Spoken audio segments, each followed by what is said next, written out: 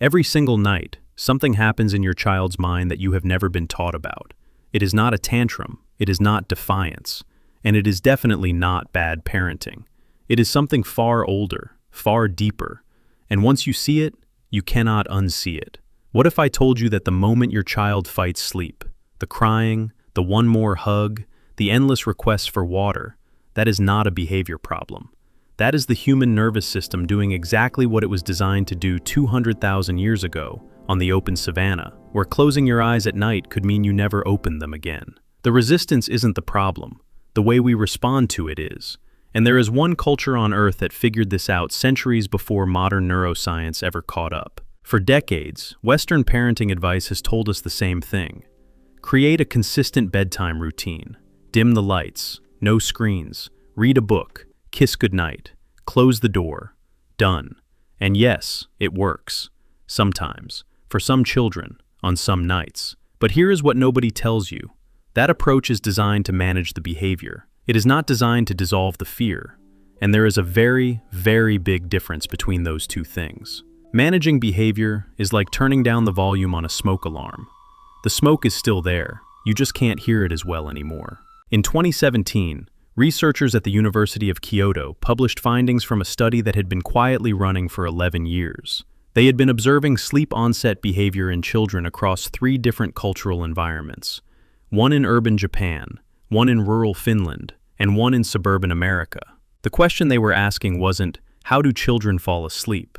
The question was, what does the brain need before it will allow the body to surrender? What they found surprised everyone in the room.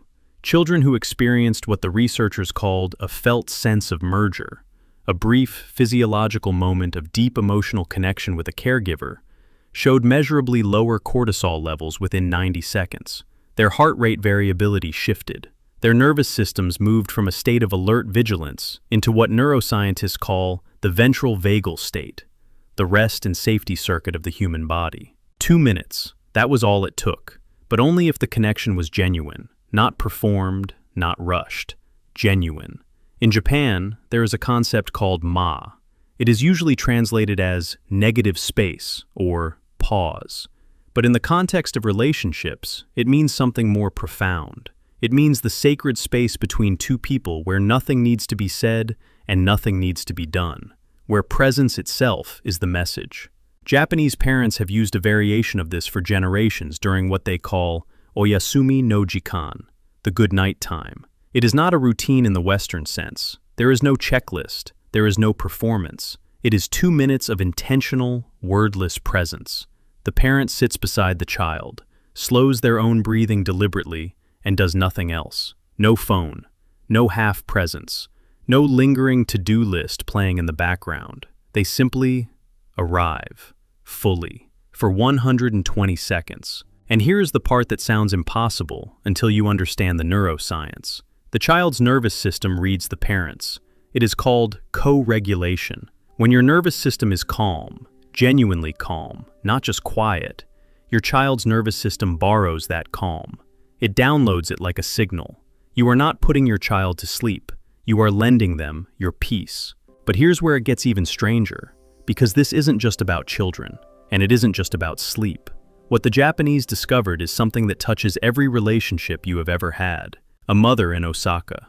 Her name was Yuki. Her 7-year-old son, Haruto, had not slept through the night in 3 years. 3 years of night wakings, of tears, of a small body appearing at the bedroom door at 2 a.m. She had tried everything. Sleep training, reward charts, therapy, melatonin gummies shaped like bears. Then a family elder, her grandmother, said something quietly over tea one afternoon. She said, "You are always trying to get him to sleep. Have you ever tried just being with him while he is afraid?"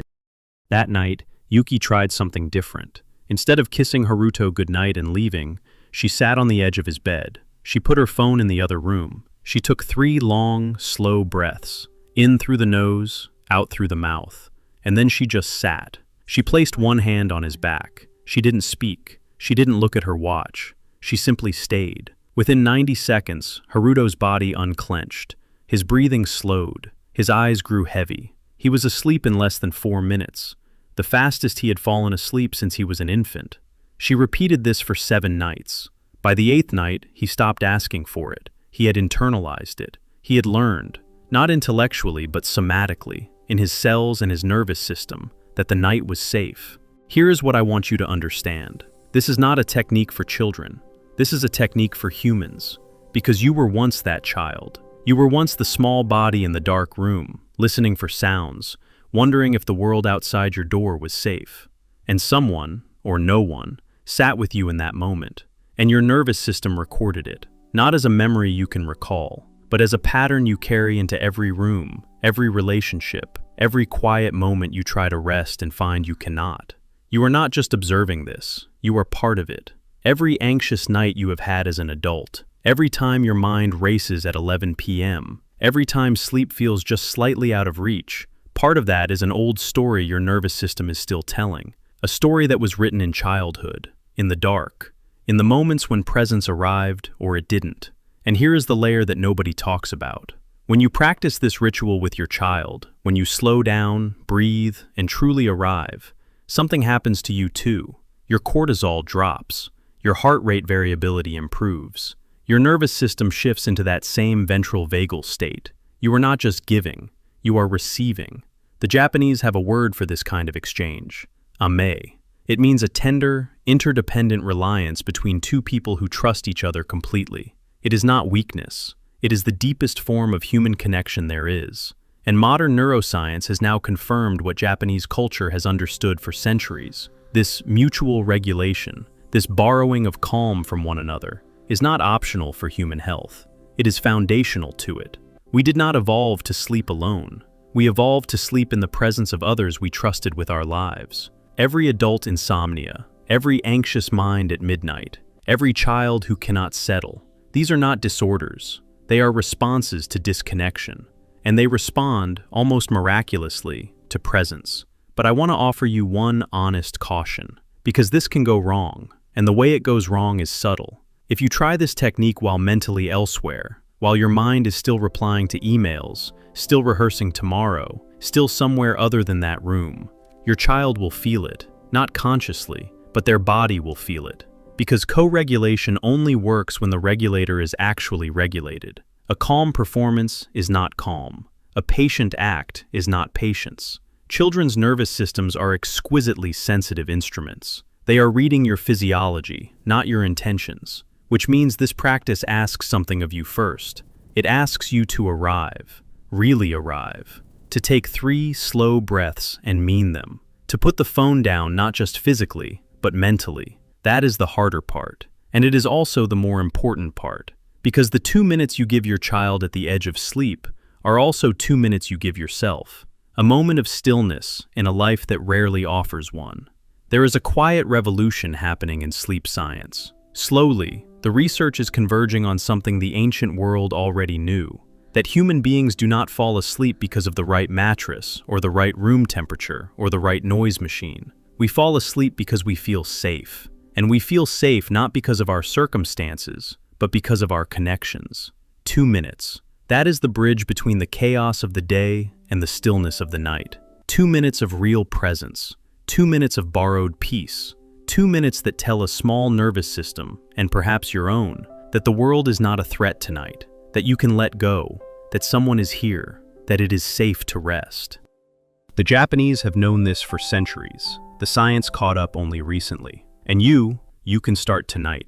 Try it tonight, just 2 minutes, no words required. And when you do, pay attention to what happens in your own body, not just your child's. Because something will shift, something quiet and profound. And when it does, come back here and tell me what you noticed. But before you go, I want to ask you something. If co-regulation is this powerful at the end of the day, what do you think it does at the beginning? In the next video, we explore the Japanese morning ritual that literally rewires the stress response before 8 a.m. And the answer involves something hiding in your bathroom that you use every single day without ever knowing what it's doing to your cortisol levels. Subscribe, because you don't want to miss that one.